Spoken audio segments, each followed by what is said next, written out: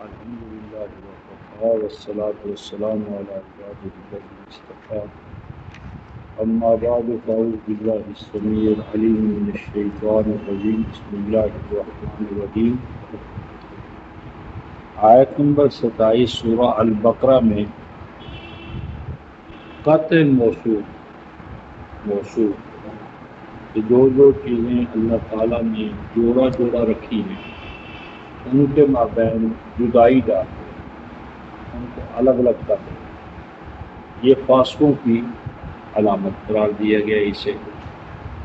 اس ضمن میں ایک اہم مسئلہ ہمارے سامنے آتا ہے کہ کتاب اللہ جو ہے یہ باہم جوڑ کی حالت میں ہے یا اس میں کوئی ربط یا تعلق نہیں ہے۔ تو عام طور پر ہمارے علماء نے جس طرح مثلا سید ابوالعلا مودودی صاحب کہا ہے کہ قرآن میں کوئی ربط نہیں ہے، قرآن کیونکہ مختلف موقعوں پر نازل ہوا، تھوڑا نازل ہوا، تو یہ تو وہ کہتے ہیں کہ یہ سپیچز علم کی قرآن کی حیثیت وہ کہتے ہیں خطبات کی ہے۔ جس طرح خطیب جو ہے وہ قوم کو خطاب کرتے ہیں تو خطاب میں کبھی مشرق کی بات، کبھی مغرب کی بات، کبھی شمال کی، کبھی جنوب کی، کبھی اس پارٹی پر تنقید، کبھی اس پارٹی پر تنقید، کبھی اپنا منشور پیش کر دیا، کوئی لطیفہ آ گیا، کوئی چٹکلا آ گیا۔ تو اب یہ جو سارا ہمارا ہے وہ کتاب، اگر بعد میں ہم اسے وہ کر لیں ایڈٹ اکٹھا کر لیں، چھاپ دیں، تو کہتے ہیں کہ اس خطبے میں کیا ربط ہے؟ تو جس طرح خطبہ جو ہے اس میں کوئی کہتے سیکوینس یا ریلیشن شپ یا ربط نہیں ہوتا، تو اسی طرح کلام الہی جو ہے یہ اللہ کے خطبات ہیں، تو اس لیے ان میں ربط کی کوشش کرتے ہیں بے سود ہے۔ تو اس میں بھی دراصل غلط بات کہی گئی ہے، کیونکہ خطیب جو ہے کیا اس کا خطبہ بے ربط ہو تو اس کے سننے والے اس کے بارے میں کیا رائے قائم کریں گے؟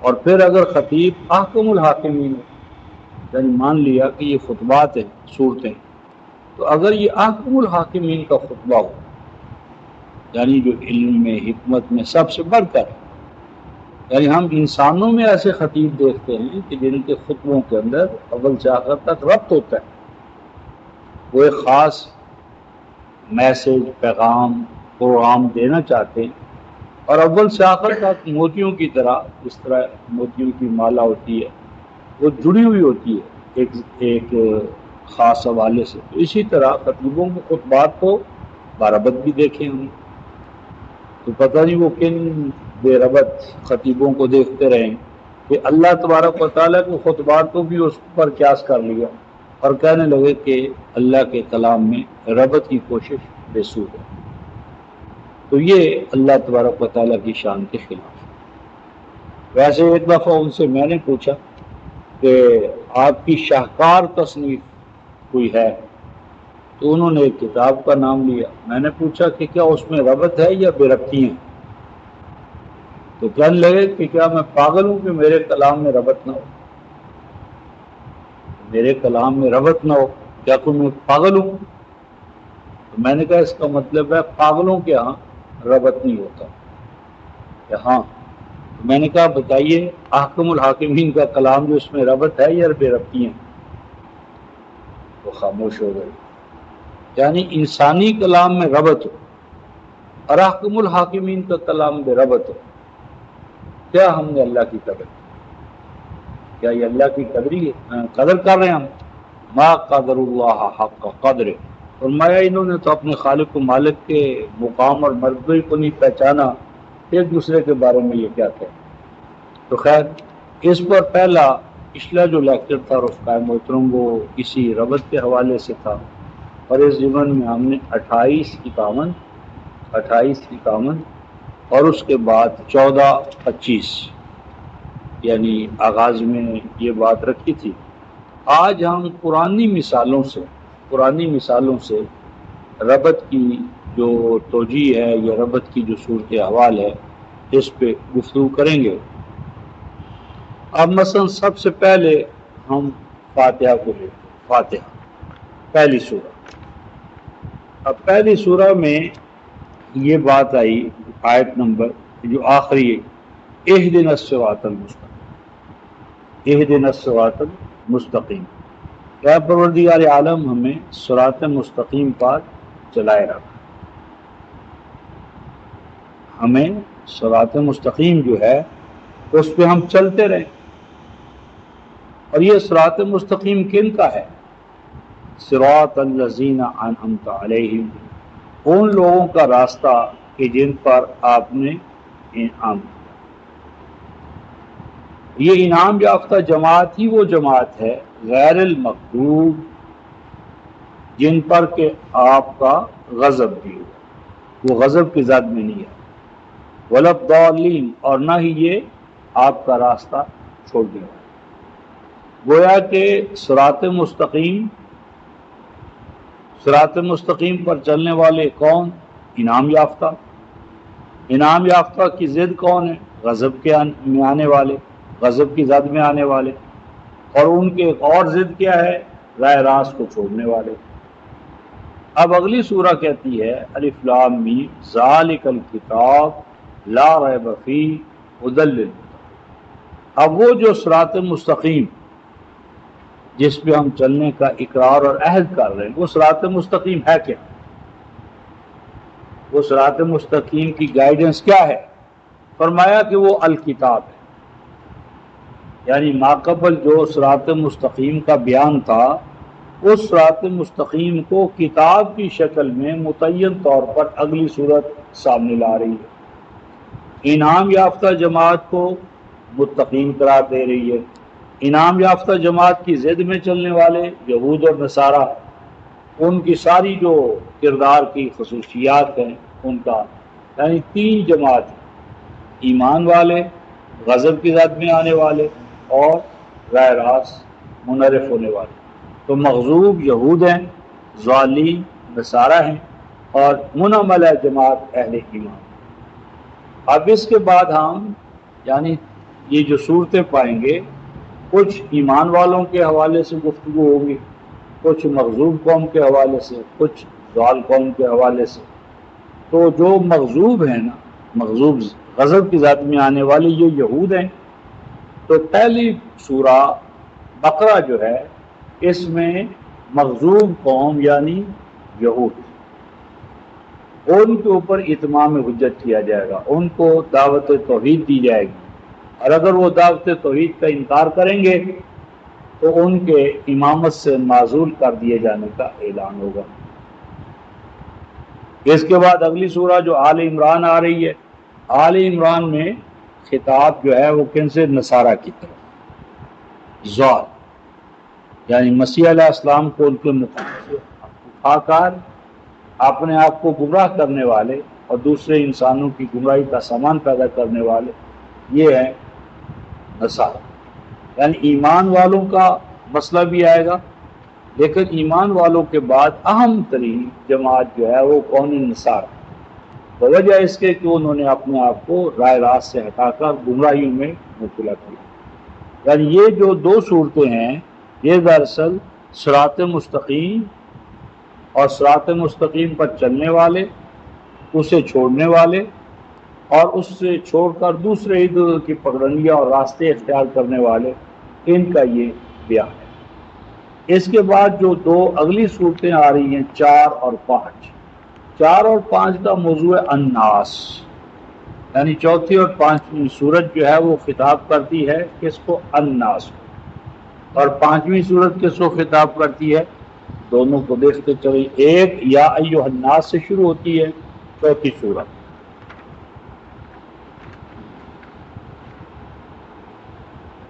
چوتھی سورہ سورہ النساء۔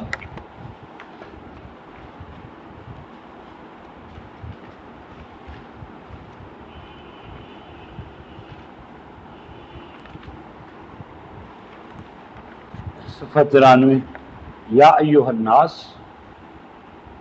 اور اگلی سورہ المائدہ یا ایھا الذین آمنوا، مائدہ صفحہ 128۔ اب لازم بات ہے کہ الناس پہلے ہیں اور ایمان والے بعد میں ہیں، یعنی اگر ہم خطاب کریں تو خطاب میں پہلے الناس کو خطاب کریں گے، الناس، کیونکہ الناس کو خطاب کریں گے تو الناس میں یا مومن ہوں گے یا کافر، یعنی پہلا حق کون رکھتا ہے ہم پر؟ الناس، الناس، الناس کو خطاب کریں گے کہ بھئی یہ پیغام ہے، یہ تقوی کا، ایمان کا، طہارت کا، اور اگر وہ اس پیغام کو مان لیں گے تو پھر کیوں ہوں گے وہ یا ایھا الذین،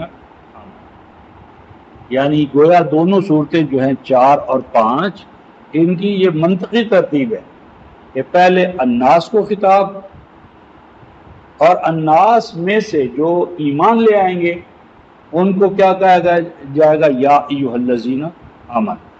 تو پہلے الناس مقدم ہے، پہلے ہیومینٹی ہے، انسانیت ہے، اور انسانیت سے توقع ہے ایمان یا کفر کی، تو اس لیے پہلے سورہ الناس یعنی نساء، اور دوسری سورہ المائدہ، 5ویں مائدہ۔ اور ایک اور حوالے سے، ایک النساء ہے اور دوسری المائدہ، تو اب پہلے یہ ہے کہ گھر والی ہوگی تو دسترخوان بچھے گا نا،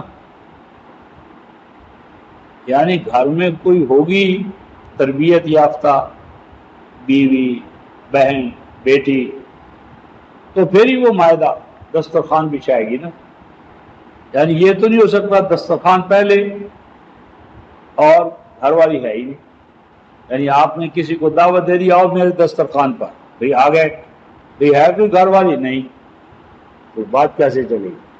یعنی پہلے الناس، الناس میں النساء، عورتوں کو، یعنی ہماری جو نصف آبادی ہے اس کو پہلے مہذب بناؤ، معلم بناؤ، تعلیم تربیت سے گزارو، اور جب یہ تعلیم و تربیت سے گزریں گی تو پھر المائدہ، پھر تم اقوام عالم کی کیا کرو گے؟ میزبانی کرو۔ المائدہ کے معنی کیا؟ المائدہ کا معنی دسترخوان، دسترخوان اور اس کے تقاضے، دسترخوان پر کیا چنا گیا، کیا پکایا، کیسے پیش کرنا ہے، پریزنٹیشن کیسے ہو، تو یہ پریزنٹیشن کون کرے گی؟ النساء۔ تو النساء خاتون خانہ، خاتون خانہ مقدم ہے اور مائدہ اس کے بعد ہے۔ پھر المائدہ کے بعد اگلی سورہ کیا ہے رفقان محترم؟ الانعام۔ اب آپ نے دسترخوان بچھا لیا، دسترخوان بچھا لیا اور دعوت دے دی لوگوں کو، لیکن گھر میں کچھ پکانے کو، کھانے کو پیش کرنے کو ہے نہیں، یہ ہے تو بہت تھوڑا ہے، یعنی دعوت دے رہے ہیں آپ 15 دن کے لیے اور آپ کے پاس کھلانے کے لیے 2 دن کا بھی نہیں ہے، تو کیسے چلے گا نظام؟ المائدہ کے بعد کیا صورت آ رہی ہے؟ الانعام، یہ بتانے کے لیے کہ جس دسترخوان پر اقوام عالم کو تم دعوت دے رہے ہو وہاں پر نعمتیں تمہارے پاس کیسے رہیں گی، نعمتیں تمہارے پاس کیسے آئیں گی؟ الانعام، نعمتیں۔ اور اس دور میں حیوانات یعنی تازہ گوشت، یعنی کیا ہوتا تھا؟ گوشت تازہ کھانا، یعنی ادھر کوئی آیا اور فوراً آپ اس کا جانور ذبح کریں اور اس کے سامنے پیش کر دیں، تو یعنی تازہ غذا جو تھی نا، تازہ غذا، اس کی ایک صورت گوشت، حیوان، جانور۔ تو یعنی الانعام کیوں آئی مائدہ کے بعد؟ کہ جس دسترخوان پر آپ اقوام عالم کو دعوت دے رہے ہیں اس دسترخوان کے اوپر نعمتوں کا نظام کیسے قائم رہے گا، نعمتوں کا تسلسل، یعنی سپلائی لائن، کہ اگر آپ سارا خرچ ہی کرتے چلے جائیں اور سپلائی کی لائن ہی کٹی ہوئی ہو تو کیسے چلے گا نظام؟ تو اس کے لیے دوسرا کیا ہوا؟ الانعام، یعنی نعمتوں کی جو کنٹینیوٹی ہے، تسلسل ہے، وہ کیسے رہے گا۔ اچھا، اگر آپ نے مائدہ دسترخوان بھی بچھا لیا اور اقوام عالم کو یعنی میزبانی کا فیض انجام، آپ کے پاس نعمتیں بھی مل گئی، اب آپ کا مقام کیا ہوگا؟ اگلی سورہ کیا ہے؟ الاعراف، اور الاعراف کے حوالے سے عام طور پر ہمارے ہاں ایک تصور ہے کہ جی کچھ لوگ ایسے ہوں گے، الاعراف پہلے عرف، عریف، اعراف کے بارے میں ہمارا عام تصور یہ ہے کہ جب حساب کتاب ہوگا تو حساب کتاب کے بعد ایسا ہوگا کہ کچھ لوگ ہوں گے کہ جن کا نتیجہ ابھی نہیں نکلے گا، لیٹر آن، جسے آج عام طور پر کہتے ہیں، کہ ان کی نیکیاں اور برائیاں دونوں برابر ہوں گی، اور وہ نہ جنت میں جائیں گے نہ جہنم میں، ان دونوں کے درمیان کی ایک جگہ ہوگی، تو وہ اس جگہ پر بیٹھیں گے، وہ اعراف۔ یعنی اعراف ہمارا جو مذہبی ذہن ہے، دیوبندی، بریلوی، اہل حدیث، وہ کہتے ہیں کہ اعراف یہ جنت اور یہ جہنم، سینٹر کی جو جگہ ہوگی یہ اعراف ہے، اور یہ ان کو ملے گی جن کی نیکیاں اور بدیاں جو ہے نا برابر برابر، ان کو اعراف کے مقام پر جو ہے نا وہ بٹھایا جائے گا، کیونکہ ان کی نیکیاں اور برائیاں یعنی دونوں برابر ہوں۔ تو یہ جو اعراف کا معنی نیکیاں اور بدیاں جن کی برابر ہوں گی اور ان کو سینٹر کے مقام پر بٹھایا جائے گا، یہ تصور از روئے قرآن صحیح ہے۔ اعراف تو رفقائے محترم چوٹی کو کہتے ہیں، اعراف عرف کہتے ہیں بلند مقام پر جو واچنگ پوزیشن پہ بیٹھا، او پی جسے کہتے ہیں، او پی کے مقام پر جو بیٹھتا ہے اسے عریف کہتے ہیں، اور عرف کہتے ہیں بلند چوٹیاں، بلند برجیاں، جس طرح کے سرحدوں پر ہم اپنے دشمن کو اس کی حرکات و سکنات کو واچ کرنے کے لیے تھوڑے تھوڑے فاصلے پر برجیاں بناتے ہیں، چوکیاں بناتے ہیں، ان میں واچ کرنے کے لیے اوپر پوزیشنیں کھڑی کر دیتے ہیں، اور ان کے اوپر جو او پی بیٹھ کر دائیں بائیں جائزہ لیتا ہے، وہ جو ہوتا ہے اصل میں اس کو عربی زبان میں عرف کہتے ہیں۔ اعراف کا معنی ہے مقام بلند پر فائز۔ یہ لفظ ہی بتاتا ہے کہ اعراف وہ نہیں جن کے لیے نہ جنت کا فیصلہ نہ جہنم کا فیصلہ، جن کا نتیجہ بھی نہیں نکلا، نیکیاں اور بدیاں برابر ہیں، یہ غلط بات ہے۔ مثلا دیکھیں صفحہ 188 ہے،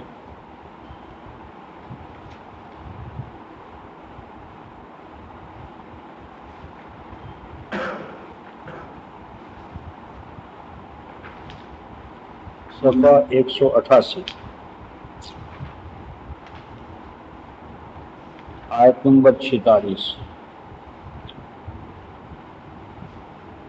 وَبَيْنَهُمَا حجاب، اور جنت اور جہنم کے مابین ایک رکاوٹ، یعنی جہنم اور جنت کے درمیان میں ایک رکاوٹ ہو، حجاب، پردہ۔ وَعَلَى الْأَعْرَافِ رِجَالٌ، اور یہ جو پردہ ہوگا، رکاوٹ ہوگی، سینٹر ہوگا، تو ان کے اوپر برجیاں ہوں گی، اور ان برجیوں کے اوپر رجال، مرد۔ اب پہلا نقطہ تو یہ سمجھیں کہ اگر لیٹر آن یا نیکیاں بدیاں برابر، تو کیا اس میں عورتیں نہیں ہوں گی؟ کیا نیکیاں اور بدیاں برابر صرف مردوں کی ہوں گی، نیکیوں اور عورتوں کی نہیں ہوں گی؟ قرآن کہتا ہے وَعَلَى الْأَعْرَافِ رِجَالٌ، وہ اعراف کے مقام پر، اعراف کے مقام بلند پر کون ہوں گے؟ رجال ہوں گے، یعنی رجال کا ہونا اور مردوں کا، عورتوں کا نہ ہونا۔ تو کیا وہاں پر عورتیں اس پوزیشن میں نہیں ہوں گی کہ ان کا نیکی اور بدی کا نامہ اعمال جو ہے وہ برابر ہو؟ یعنی کوئی عورت نہیں ہوگی کہ جس کا نیکی اور بدی کا نامہ اعمال برابر ہو جائے، نیکیاں اور بدیاں اس کی برابر ہو جائیں، یہ صرف مرد ہی ہوں گے۔ یہ جو قرآن کا انداز ہے وہ علی الاعراف رجال، یہ بتا رہا ہے کہ یہ کوئی ایسا مقام ہے جو صرف مردوں کے ساتھ خاص ہے۔ اور اگر آپ قرآن میں تدبر کریں گے تو آپ کو پتہ چل جائے گا کہ یہ مقام رسالت ہے، یعنی رسول جو ہے، نبی جو ہے، وہ کوئی عورت نہیں بنائے گی۔ تو علی الاعراف رجال کرینہ ہے کہ یہ مقام نبوت پہ فائز اشخاص ہیں، یہ انبیاء ہیں اور ان کے نائبین ہیں، انبیاء اور ان کے نائبین، شہداء اللہ علی الارض، زمین پر اللہ کے دین کی گواہی دینے والے اول قوم انبیاء، اور انبیاء کے بعد ان کی نیابت میں فریضہ انجام دینے والے مردان کار۔ پہلی چیز فرمائی رجال۔ اچھا، نمبر 2 دیکھیں، یعرفون کلن بسیماہم، یہ وہ لوگ ہوں گے رجال، مردان کار، انبیاء، کہ جو اہل جہنم اور اہل جنت دونوں کو ان کی علامتوں سے پہچان لیں گے۔ یعنی اتنی ان کی بصیرت اور معرفت ہوگی، یعرفون کلن بسیماہم، کہ جو ہی ان کے کوئی سامنے آئے گا اہل ایمان میں سے، اہل کفر میں سے، تو یہ اتنے عارف لوگ ہوں گے کہ یعرفون کلن بسیماہم، پہچان لیں گے یہ لوگوں کو ان کی علامات سے۔ یعنی یہ لوگ، یہ رجال کار، یہ انبیاء ایسے عظیم انسان ہوں گے کہ یہ سب کے سب لوگوں کو پہچانتے ہوں گے، اور پہچان کا طریقہ کار کیا ہوگا؟ علامتوں سے۔ یعرفون کلن بسیماہم۔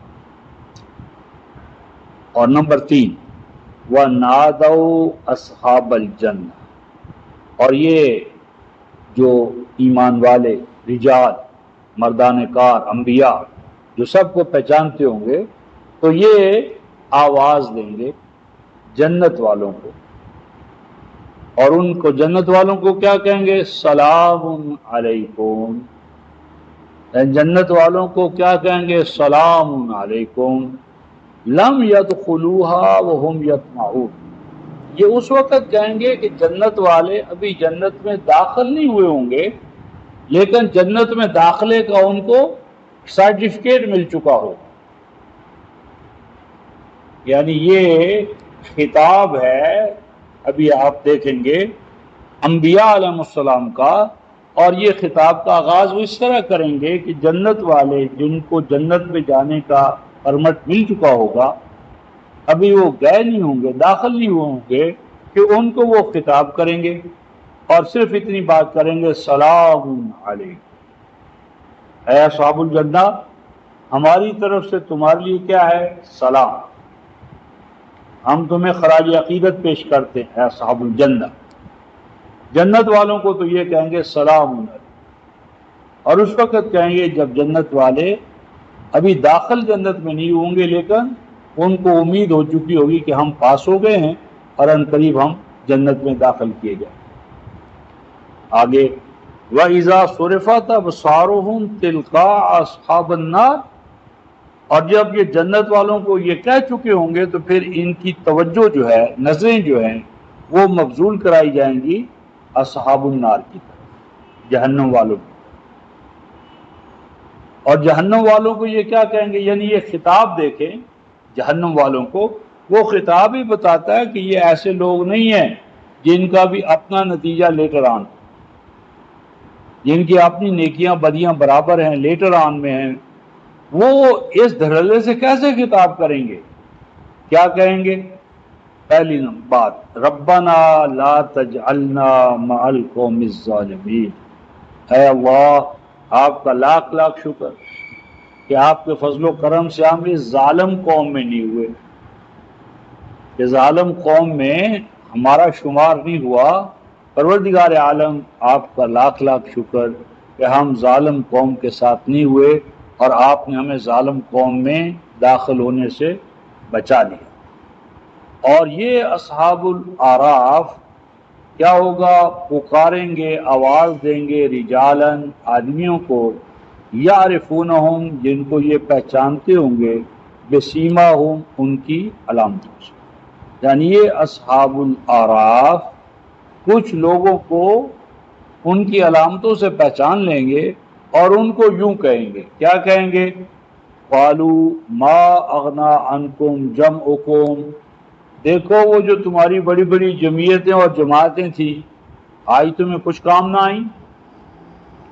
یعنی یہ خطاب جو خود ہی بیچارہ ابھی جس کا نتیجہ نہیں نکلا وہ ایسا خطاب کر سکتا ہے ما اغنا عنکم جمعکم، کہ وہ جو بڑی بڑی جمعیتیں اور جماعتیں تمہاری تھیں ان کو کیا ہوا؟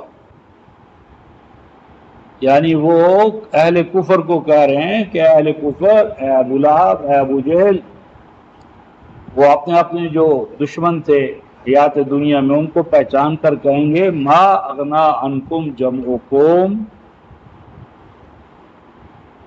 کہ تمہاری وہ بڑی بڑی جمعیتیں ان کو کیا ہوا؟ وما کنتم تستكبرون، اور وہ تمہارے وسائل، نوکر چاکر خادم کہاں گئے کہ جن کی وجہ سے تم نے اپنے آپ کو بڑا سمجھا ہوا؟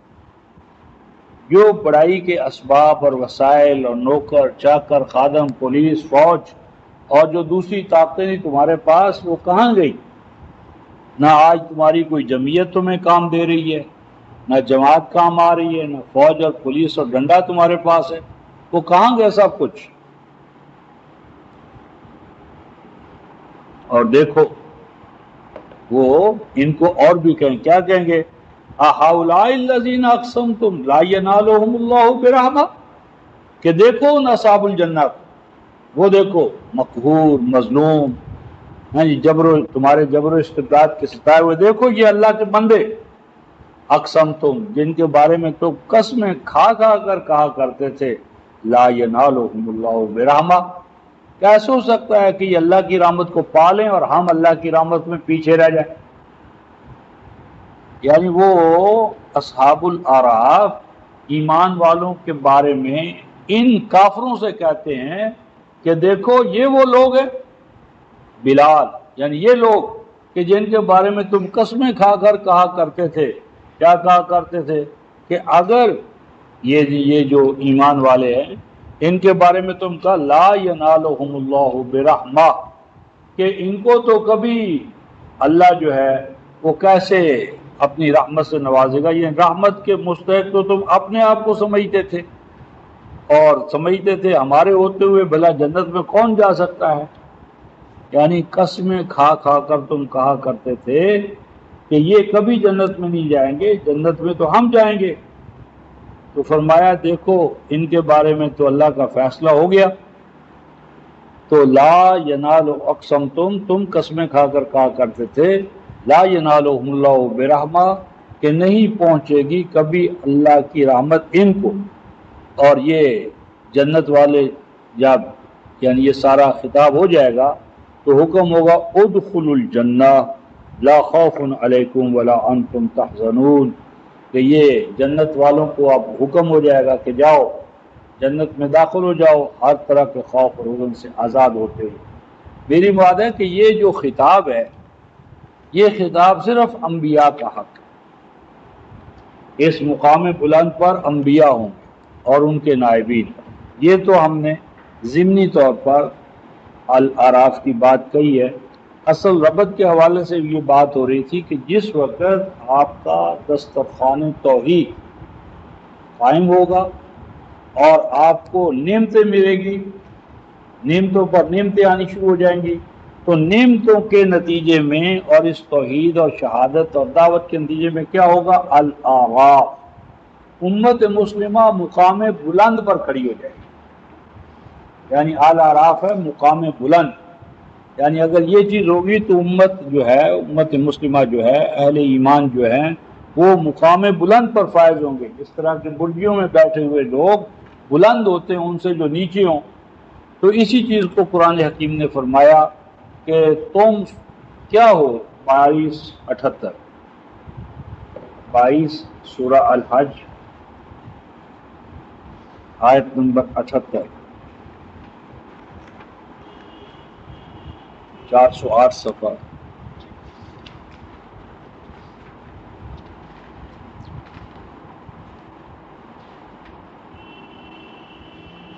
یہ وجاہدوا فی اللہ حق جہادہ، اے ایمان والو صرف جہاد نہ کرو، اتنا جہاد کرو کہ اللہ کہیں کہ تم نے جہاد کا حق ادا کیا۔ صرف جہاد نہیں، حق کا جہاد ہے، ایسے جہاد کرو جیسے جہاد کرنے کا حق ہے۔ کیوں جہاد کرو؟ وَوَجْتَبَاكُمْ، کیونکہ اللہ تعالیٰ نے تمہیں سلیکٹ کر، اجتباء، اللہ تعالیٰ نے تمہیں سلیکٹ کیا، تم اللہ کے مجتبی ہو، اللہ نے تمہیں کسی رسولین کے لیے سلیکٹ کر لیا۔ وَمَا جَعَلَ عَلَيْكُمْ فِي الدِّينِ مِنْ حَرَجٍ، اور جو دین اللہ نے تمہیں دیا ہے اس دین میں کوئی ایسی بات نہیں ہے جو حرج کہتے ہیں بیڑی کو، یعنی دین کا کوئی حکم ایسا نہیں جو ہمیں آگے بڑھنے سے روکتا ہو۔ دین ہمیں ترقی کرنے سے، آگے بڑھنے سے روکنے کے لیے نہیں آیا، بلکہ دین تو رکاوٹوں کو دور کرنے کے لیے آیا، کہ دین میں کوئی ایسا حکم، کوئی ایسی بات نہیں جو شکنجا ہو، بیڑیوں کی طرح ہو۔ ملت ابیکم ابراہیم، اور یہ دین کیا ہے؟ تمہارے باپ، تمہارے دادا ابراہیم، اسی کے حوالے سے جو اللہ تعالیٰ نے اس پر وحی کی وہی تمہیں بتائے جا رہے ہیں احکام۔ اور پھر فرمایا ہوا سماکم المسلمین، اور اے ایمان والو اللہ نے تمہارا نام کیا رکھا ہے؟ مسلم۔ اللہ نے ہمارا نام دیوبندی بریلوی اہل حدیث نہیں رکھا، اللہ نے تو ہمارا نام رکھا ہے ہوا سماکم المسلمین۔ اور ہم باپ نے میرا اور آپ کا نام رکھا ہو تو باپ والی غیرت برداشت نہیں کرتی کہ ہم باپ کا نام چھوڑیں، کوئی اور نام رکھیں۔ لیکن کیا یہ بغیرتی نہیں کہ اللہ کے رکھے ہوئے نام کو ہم تبدیل کر رہے ہیں، بھلا دیے، یعنی اللہ کا نام بھول جائے، چھوڑ دیں، اور باپ کے رکھے ہوئے نام کو قائم رکھیں۔ تو فرمایا تمہیں کیا ہے؟ دعویٰ کرتے ہو اللہ کے بعد ایمان کا، ما لکم لا ترجون للہ وقارا وقد خلقکم اطوارا، اے انسانوں تمہیں اللہ کے وقار کا کوئی خیال نہیں؟ تمہیں کیا ہو گیا ہے؟ یہ اے ایمان والو دعویٰ ایمان کرتے ہو، تمہیں کیا ہو گیا ہے؟ ما لکم، یہ صفحہ 684 ہے،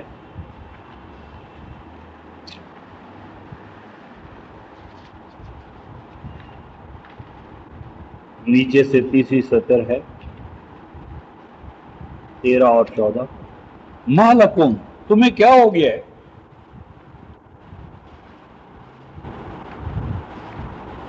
ما لکم، تمہیں کیا ہو گیا ہے؟ لا ترجون للہ وقار، اور تم اللہ کے وقار کا بھی خیال نہیں کرتے، اپنا وقار بنا لیا تم نے، اپنے باپ دادا کا وقار ہے، اور اللہ کا وقار اس کو تم امید ہی کھو بیٹھے ہو، تم سے امید ہی نہیں کہ تم اللہ کے وقار کا بھی کوئی خیال کرو گے۔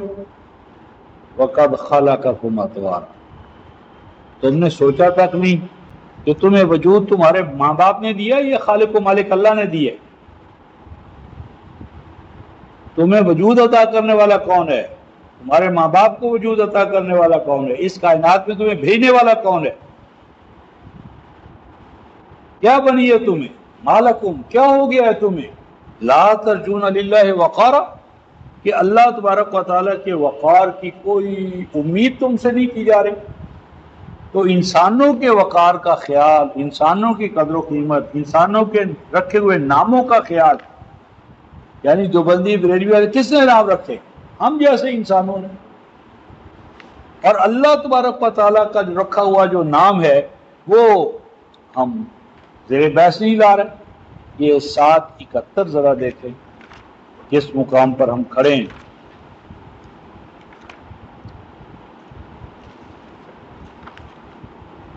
یہ 192 صفحہ 192،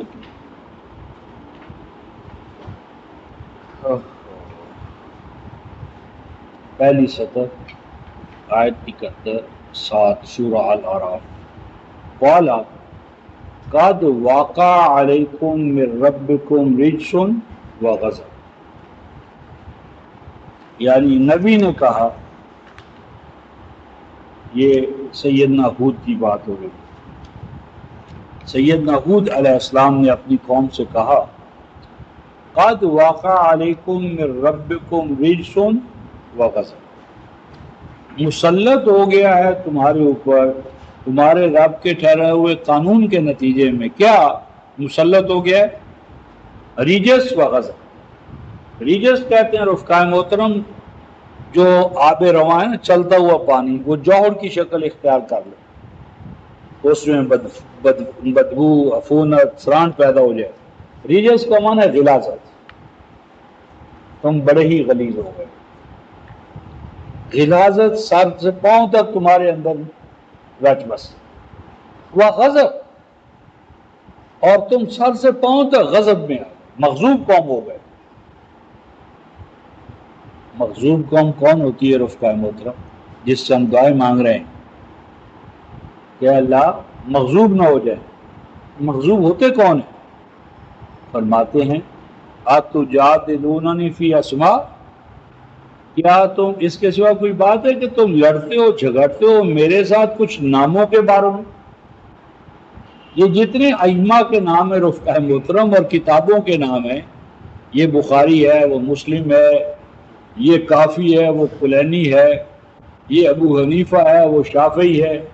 یہ کیا ہیں؟ یہ دیوبندی ہے، وہ بریلوی ہے، یہ اہل حدیث ہے، وہ اہل تشیع. یہ کیا ہیں؟ فرماتے ہیں نام ہی تو ہیں. فی اسماء، آستینیں چڑھا چڑھا کر لڑ رہے ہو. کس چیز پہ لڑ رہے ہو؟ فی اسماء، ناموں کے بعد. اور نام بھی کیسے؟ سمیتموہا انتم، یہ نام تمہارے اپنے ہی رکھے ہوئے ہیں. یعنی ان ناموں کے لیے اللہ کے قرآن میں تو کوئی سند نہیں ہے. یعنی عالم ہے، مر جاتا ہے تو اس کی قبر پر ایک کتبہ لگا دیتے ہیں 6 لائنوں کا. اب ان کتبوں سے جب تاریخ لکھی جائے گی تو کیا ہوگا؟ یعنی کل کا ہمارے شیراں والا گیٹ کے عبید اللہ انور اور ان کی قبر پر دیکھیں، یعنی کتب عالم شیخ العرب والا جو، تو وہ کتبوں سے جب لوگوں تاریخ لکھیں گے تو کیا لکھیں گے؟ نام ہیں. لڑ رہے ہو جن نام، کیسے؟ سمیتموہا، یہ نام تمہارے رکھے. اور آگے چلو وآباؤ، اور کچھ نام تم سے پہلے تمہارے باپ دادا آبا و اجداد نے رکھ دیے تھے.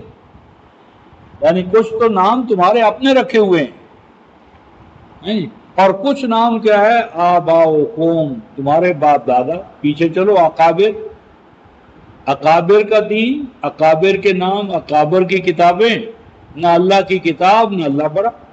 کہتے تو اللہ اکبر ہے لیکن یہ جھوٹا قول ہے. بڑے تو اصل میں اکابر ہیں، ان کی کتابیں ہیں، ان کی تصنیفات ہیں. کہتے اللہ کو اکبر ہیں اور حقیقتاً ان کے اکابر بزرگ بڑے. یعنی ہم بزرگوں کا قول لیتے تو اللہ تعالیٰ کو تو تم بزرگ مانتے ہی نہیں. پھر یعنی کتاب الفضائل بغل میں دبائے پھرتے ہیں اور اللہ کی کتاب غلاف میں رکھا ہوا. کتاب الفضائل کا درس دے رہے ہیں اور کتاب الہی کی خشک تلاوت پڑھ کر کھا رہے ہیں. تو اللہ کے بندو سمیتموہا، یہ نام ہیں جو تم نے رکھے، اور کچھ نام تمہارے باپ دادا نے رکھے، ائمہ کے نام، کتابوں کے نام، تصنیفات کے نام. اور دیکھو ما نزل اللہ بہا من سلطان، ان ناموں کے بارے میں اللہ نے کوئی اتھارٹی نازل کی ہے؟ اللہ کی اتھارٹی تو اس کا قرآن ہے. اس کے قرآن میں کوئی اتھارٹی ہے تو لاؤ دکھاؤ بھائی.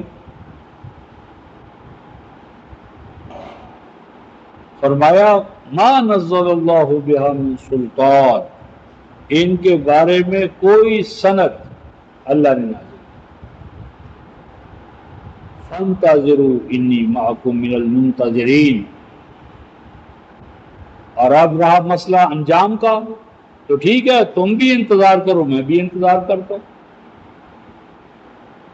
کیا انجام ہوتا ہے؟ سند تمہارے پاس ہے یا میرے پاس؟ اور ڈرائیں گے تمہارے ساتھ یہ ہو جائے گا، تمہارے ساتھ وہ ہو جائے گا، تم اکابر کو نہیں مانتے، تمہارا ستیہ ناش ہو جائے گا۔ یہ جو ڈرانے والا عمل ہے نا جی، اگر یہ ہو گیا تو تم ایسے ہو جاؤ گے اور ایسے ہو جاؤ گے۔ آئیے اس میں امام الانبیاء یعنی حضرت سیدنا ابراہیم کی بات سنیں۔ 165 صفحہ،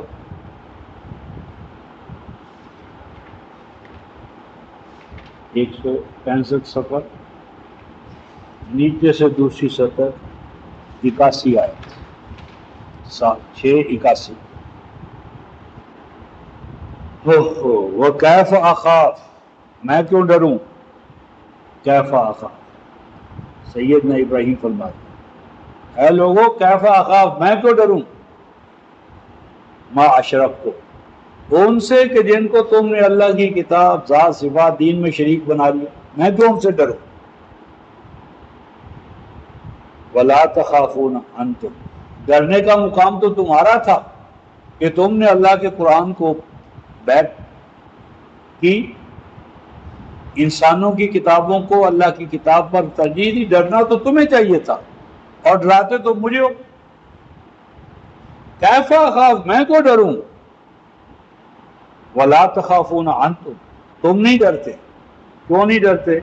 انکم اشرکتم باللہ ما لم ينزل به علیکم سلطانا، حالانکہ تم نے اللہ کی ذات میں، صفات میں، دین میں وہ چیزیں داخل کر دی ہیں کہ جن کے بارے میں اللہ نے تمہارے اوپر کوئی سند نازل کی۔ سند اس کی کتاب ہے، تم تو بے سند باتیں، خلاف سند، خلاف قرآن چیزیں دین میں داخل کر رہے ہو، اور ڈرنا تو تمہیں چاہیے نہ کہ ہمیں۔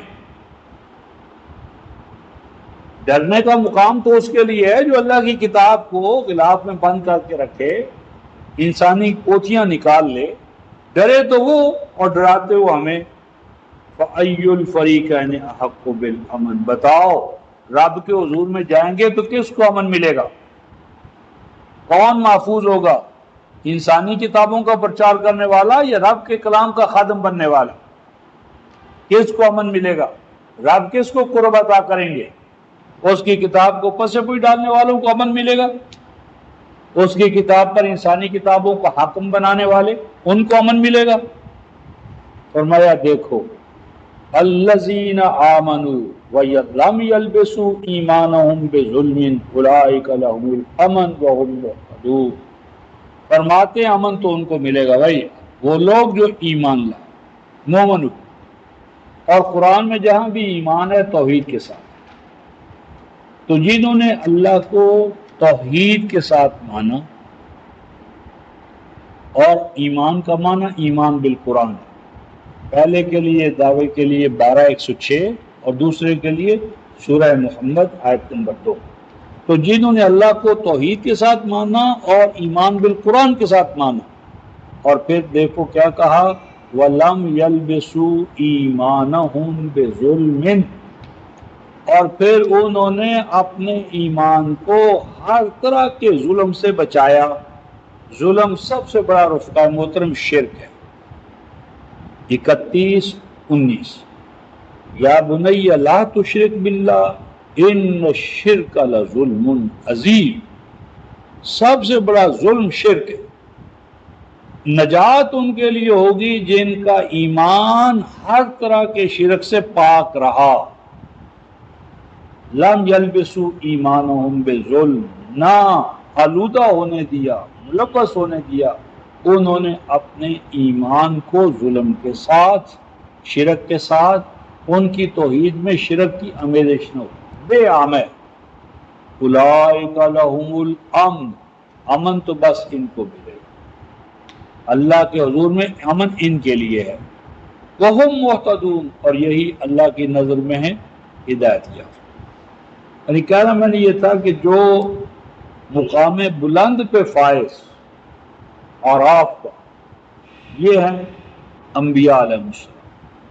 اور انبیاء علیہ السلام کے بارے میں فرمایا اور ان کے ساتھیوں کے بارے میں، تو یہ ہے اعراف کا مقام۔ ایک اور حوالہ دیکھ کر آگے چلتے، سورہ صاد۔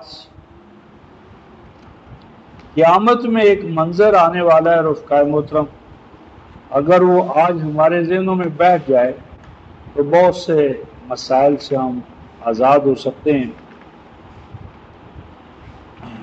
یہ صفحہ 546 ہے، سورہ صاد، آیت نمبر 62۔ قیامت میں ایسا ہونے والا ہے۔ کیا ہونے والا ہے؟ وَقَالُوا، اور جب جہنمی جہنم میں جائیں گے تو وہاں جا کر وہ یوں بھی کہیں گے، کیا کہیں گے رفقائے محترم؟ مَا لَنَا لَا نَرَىٰ رِجَالًا كُنَّا نَعُدُّهُم مِّنَ الْأَشْرَارِ۔ کیا ہو گیا ہے ہمیں؟ مَا لَنَا، کیا ہو گیا ہے ہمیں؟ لَا نَرَىٰ رِجَال، نہیں دیکھ پا رہے ہم کچھ آدمی ہمیں نظر نہیں آ رہے۔ کیسے آدمی رفقائے محترم؟ کُنَّا نَعُدُّهُم مِّنَ الْأَشْرَارِ، جن کے اوپر ہم فتوے لگاتے تھے کہ یہ تو بدبخت جہنم میں جائیں گے، جہنمی ہیں، یعنی روایات کو نہیں مانتے، تواتر کو نہیں مانتے، فلاں چیز کو نہیں مانتے، یہ تو پکے جہنمی ہیں۔ اور جب یہ فتوے لگانے والے جہنم میں پہنچیں گے تو دیکھیں گے ہم تو جہنم میں آ گئے، اور جن کو ہم جہنمی کہتے تھے وہ آئے ہی نہیں۔ کیا ہو گیا ہمیں کہ نہیں نظر آ رہے ہمیں وہ آدمی کہ جن کو شمار کرتے تھے ہم بدماش، فتنہ پرور، باپ دادا کے دین کو چھوڑنے والے۔ فرمایا وہ کہیں گے اتخذناہم سخریہ، ہم تو دنیا میں خوب ان کا ریکارڈ لگایا کرتے تھے، خوب مذاق کرتے تھے، طنز کرتے تھے، استہزاء کرتے تھے، آج وہ کیوں نہیں ہے؟ ام زاغت عنہم الابصار، ہماری آنکھیں تو نہیں کہیں دھوکہ کھا رہی ہیں، کہیں دائیں بائیں نظر نہیں آ رہے۔ کیوں نظر نہیں آ رہے؟ یہ جو رفقائے محترم جو ان کو جہنم میں نظر نہیں آئیں گے فتویٰ لگانے والوں کو، اور پھر اپنے اوپر یہ کون لوگ ہوں گے؟ ان کے وصف سے اگر ہم آگاہ ہو جائیں تو ہماری زندگیوں کا نصف العین بھی شاید انہی کے نمونے پر ڈھل جائے، جن اہل حق کو اللہ تبارک و تعالی جنت میں مقام خاص پر فائز کریں گے۔ تو یہ 23ویں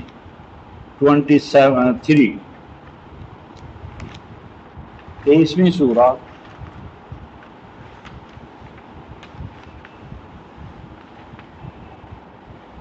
پہلے 414 صفحہ دیکھ لیں، 414۔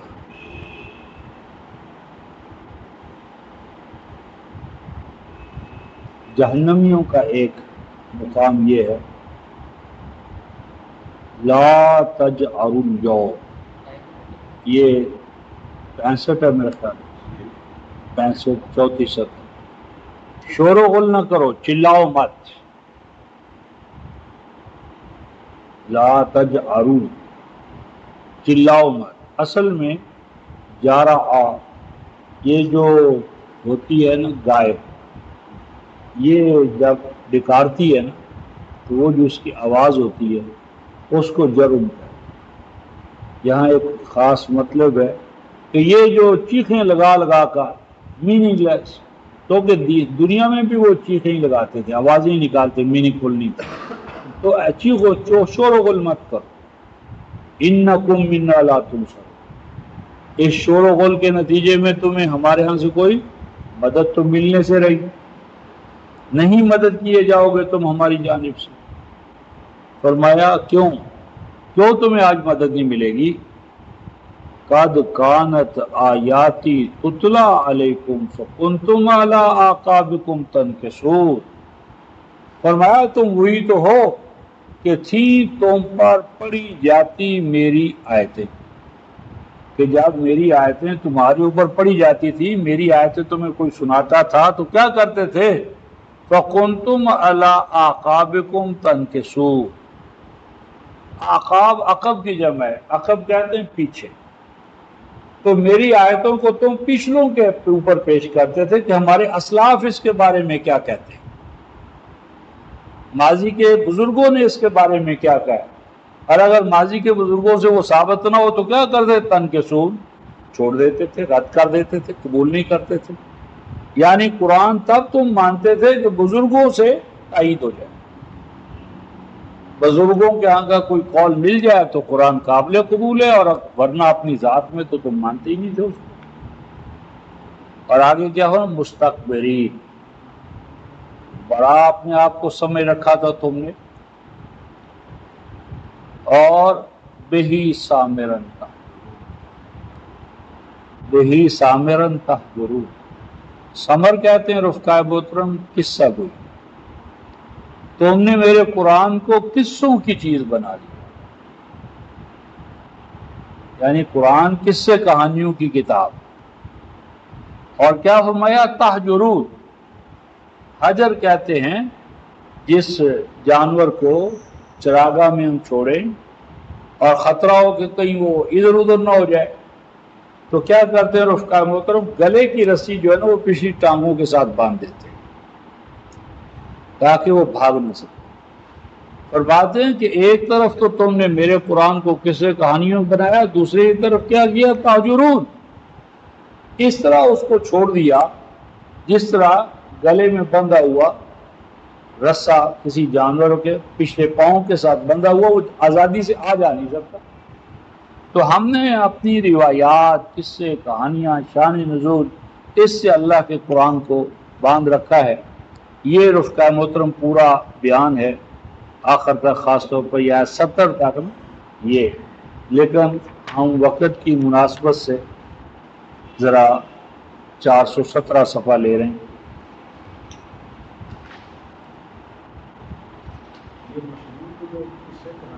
ہاں یہ ساری اس میں سامری، ہاں ہاں ہاں، یہ آیت 105 پھر جہنمیوں کا مقام آ رہا ہے، کہا جائے گا الم تکن آیاتی تتلا علیکم فکنتم بہا تکذبون، کیا تم وہی تو نہیں ہو کہ جب پیش کی جاتی تھی تمہارے اوپر میری آیتیں اور وہ باپ دادا کے عقائد کے خلاف تو تم ان کو جھٹلانے سے باز نہیں آتے تھے۔ یعنی جھٹلانے سے اب کوئی مسلمان یہ تو جرات نہیں کرے گا کہ وہ کہے نعوذ باللہ اللہ کا قرآن جھوٹا ہے، لیکن عملی طور پر جب ہم باپ دادا کے قول کو، مولوی صاحب کے فتوے کو، قاضی صاحب کے فتوے کو ترجیح دیں اور اللہ کے قرآن کے مطابق اپنے آپ کو نہ ڈھالیں تو عملی طور پر یہ تکلیف، لفظی تقریب کا تو کوئی مسلمان ہو ہی نہیں سکتا روادار، لیکن عملی تقریب ہم سر سے پاؤں تک اس میں ڈوبے ہوئے۔ فرماتے ہیں قالو، کہیں گے اے پروردگار عالم ہم بڑے بدبخت نکلے اور ہم تھے گمراہ ہو جانے والوں میں، اے اللہ ہمیں اس سے نکال، جہنم سے ہمیں نکال، فَإِنْ عُدْنَا فَإِنَّا ظَالِمُونَ، ایک دفعہ واپس دنیا میں جانے کا موقع دے اور پھر دیکھ ہم کس طرح تیرے قرآن کے خادم بن کر دنیا سے آتے۔ فرمایا جائے گا قَالَ اخْسَئُوا فِيهَا وَلَا تُكَلِّمُونِ، ارشاد ہوگا بس یہ دنیا ایک ہی دفعہ بھیجنے کی چیز تھی، دوبارہ یہ موقع بس ایک ہی دفعہ ہم نے دینا تھا، دوبارہ وَلَا تُكَلِّمُونَ، ذلیل و رسوا ہو کر اسی حالت میں رہو اور اب تمہیں بولنے کی اجازت۔ کیوں بولنے کی اجازت نہیں؟ اس لیے اِنَّهُ كَانَ فَرِيقٌ مِّنْ عِبَادِي يَقُولُونَ، تمہارے دور میں میرے بندوں میں سے ایک فریق تھا، سواد اعظم نہیں، اِنَّهُ كَانَ فَرِيقٌ مِّنْ عِبَادِي، میرے بندوں میں ایک فریق، ایک گروہ تمہارے اندر ایسا تھا، وہ کیا کرتے تھے؟ یقولون، جو یہ منادی کیا کرتے تھے، جو دعوت دیا کرتے تھے، یعنی اللہ اپنے بندوں کی پہچان بتا رہا ہے کہ جن کو جہنمیوں کے سامنے وہ گواہ کے طور پر کھڑا کرے گا، وہ میرے بندے کیا کہا کرتے تھے، کیا منادی تھی ان کی، کیا دعوت تھی، کیا قول عقیدہ تھا ان کا۔ یقولون، وہ یوں کہا کرتے تھے، ربنا، اے ہمارے پروردگار، آمنا، ہم نے تیرے قرآن کو، کلام کو، دین کو قبول کر لیا۔ آمنا، ہم ایمان لے آئے تیری توحید پر، تیرے کلام پر۔ فاغفر لنا، اے پروردگار عالم ہمیں اپنی حفاظت کر، اپنے دین کے دشمنوں سے، اپنے کلام کے دشمنوں سے، وقت کے شیاطین سے، ابالیس سے ہمیں اپنی حفاظت کر۔ وارحمنا، اے پروردگار عالم ہمیں اپنی رحمت کے سایوں میں چلنے کی توفیق عطا فرما۔ وانت خیر الراحمین، بلا شبہ آپ تمام رحمت سے کام لینے والا، مثلاً ماں بھی ہے، باپ بھی ہے، استاذ بھی ہے، تو اے اللہ آپ تمام رحمت کرنے والوں سے بڑھ کر رحمت کرنے والے ہیں۔ اب یہ جو میں نے کہا نا کہ اصل میں یہ دعوت تھی، یہ صرف نجی محفل میں یہ کہنا نہیں تھا، کیونکہ اگر یہ کسی نجی محفل میں یہ الفاظ کہہ لیں تو اگلی بات کہنے کی ضرورت نہیں ہے۔ کیا ہے؟ فَاتَّخَذْتُمُوهُمْ سِخْرِيًّا، تم میرے ان بندوں کو ٹھٹھے اور مخول کی چیز بنا لیتے تھے۔ تو ٹھٹھا اور مخول تو تبھی کیا جائے گا نا جب یہ دعوت دی جائے۔ اگر آپ اپنے گھر میں بیٹھے ان کلمات کو کہتے رہیں تو کوئی کسی کو کیا خبر کہ آپ کیا کہہ رہے ہیں۔ آپ اپنے گھر میں بیٹھے نماز میں پڑھیں، ہاں جی، رکوع میں پڑھیں، سجدے میں پڑھیں، جس طرح بعض ہمارے دوستوں نے کہا جی یہ تو نجی لائف ہے۔ اگر نجی لائف کا یہ مسئلہ ہونا تو فاتخذتموہم سخریہ کی ضرورت ہی نہیں۔ فاتخذتموہم سخریہ قرینہ اس بات کا کہ یہ دعوت کا مقام ہے۔ وہ دعوت دیتے تھے کہ اللہ ہم نے تیرے کلام کو مان لیا، اور جو غیر اللہ کے کلام ہے ان کا انہوں نے انکار کیا۔ جب انکار کیا، اچھا تو تم صرف قرآن کو مانتے، بخاری کو نہیں مانتے، مسلم کو نہیں مانتے، کافی کلینی کو تم نہیں مانتے، کیوں نہیں مانتے بھائی؟ اور پھر سوشل بائیکاٹ، مسائل، مشکلات، تو بنا لیتے تھے تم انہیں ٹھٹھے کی چیز، مخول کی چیز۔ حتیٰ انسوکم ذکری، اور تم اس حد تک ان کے ساتھ الیتے تھے ٹھٹھے مخول میں کہ یہ بھی بھول جاتے تھے کہ یہ تمہیں کہہ کیا رہے ہیں۔ اللہ کے بندو، ہمارے اندر لاکھ عیب صحیح، لاکھ کمزوریاں صحیح، اتنی بات تو سوچو کہ ہم تمہیں کیا کہہ رہے ہیں۔ کیا یہ کہہ رہے ہیں ہماری کتاب پڑھو؟ کیا اپنی طرف ہم تمہیں دعوت دے رہے ہیں؟ اللہ کے بندو، اللہ فرما رہے ہیں کہ وہ تمہیں کیا کہتے تھے؟ میرا قرآن، میرے قرآن پر چلو۔ تو یہ جرم تھا کہ وہ تمہیں یہ کہیں کہ میرا قرآن، اور تم اس پر مذاق ان سے کر رہے ہو۔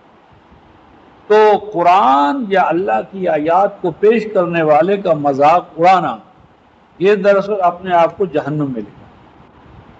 حتیٰ انسوکم ذکری، تم نے یہ بھی غور نہیں کیا جو پیش کرنے والا تو میرا ذکر کر رہا تھا نا، آپ نے باپ دادا کی پوتیاں تو نہیں کھول رہا تھا۔ تو جب انہوں نے میرا ذکر، میرا قرآن تمہارے سامنے رکھا تو اتنی بات بھی تمہیں یاد نہ رہی کہ کس کی تکذیب کر رہے ہو، کس کا مذاق اڑا رہے ہو۔ وَكُنْتُم مِّنْهُمْ تَضْحَكُونَ، اور تم نے خوب ٹھٹھا اڑایا، خوب ان کا مذاق کیا، دل بھر کا۔ کمزور تھے، کم تعداد تھے، کم وسائل تھے، ان کو جو چاہو کر لو، سواد اعظم نہیں ہے، قوت نہیں ہے، طاقت نہیں ہے، سیدنا ہود کی ناقہ کی طرح ہیں، شیر کی طرح نہیں ہے کہ دھاڑتے ہو جنگھاڑے۔ تو وہ مومن، اللہ کا کلام پیش کرنے والے اتنے قلیل تعداد کہ تم ان کے ساتھ ٹھٹھا کرو، مذاق کرو، گپ شپ کرو، جو چاہو کرو، کوئی تمہارا بگاڑ نہیں سکتے۔ فرماتے ہیں انی جزیتہم اليوم، کل تم ان کے ساتھ کرتے رہے جو کرتے رہے، لیکن آج کا دن ان کا دن، آج میرے ان بندوں کے نہال ہونے کا دن، انی جزیتہم اليوم، آج کا دن وہ دن ہے کہ میں ان اپنے بندوں کو جزا دوں، آج وہ میرے بندے مہمان ہیں تو میں انہیں بدلہ دوں گا۔ اور کس چیز پر بدلہ مل رہا ہے رفقائے محترم؟ بما صبروا، کہ مستقل مزاجی کے ساتھ وہ میرے قرآن پر ڈٹ گئے۔ صبر سمرا ڈٹ جا، کہ وہ ڈٹ گئے میرے کلام پر، میرے توحید پر۔ تو توحید پر، قرآن پر ڈٹ جانے کی وجہ سے آج کا دن ان کا دن ہے، بدلہ انہی کے لیے ہے۔ انہم هم الفائزون، اور فوز کامیابی، کامیابی تو صرف میرے انہی بندوں کے لیے اور بس۔ تو یہ جو الاعراف پر، مقام بلند پر فائز ہونا ہے رفقائے محترم، یہ توحید ہے۔ تو پہلے آپ دسترخوان بچھائیں گے اللہ کے کلام کا، اور اللہ کے کلام کا دسترخوان جب بچھے گا تو اگلی سورہ بتائے گی کہ اس پر نعمتیں کیسے آئیں گی، وہ توحید سے آئیں گی۔ اور جب آپ کے پاس کلام الہی کا دسترخوان بھی بچ جائے اور دنیا جہان کی نعمتیں بھی آپ کے پاس مل جائیں، تو آپ کا مقام کیا؟ الاعراف، مقام بلند، آلون 339۔ اور جس وقت اللہ تمہیں نعمتوں سے بھی نواز دے، مقام بلند پر بھی آ جاؤ، تو اگلی صورت کیا ہے؟ الانفال، انفال نفل، ایڈیشنل، آپ تم نے ایڈیشنل ڈیوٹی دینی ہے، آپ تم نے ایک زائد ڈیوٹی انجام دینی۔ وہ زائد ڈیوٹی کیا ہے؟ شہادت۔ شہادت کا معنی اللہ کے راستے میں قتل ہونا نہیں، بلکہ شہادت کیا ہے؟ مومن شہادت کی دہلیز پہ قدم رکھے بغیر مومن ہی نہیں بن سکتا۔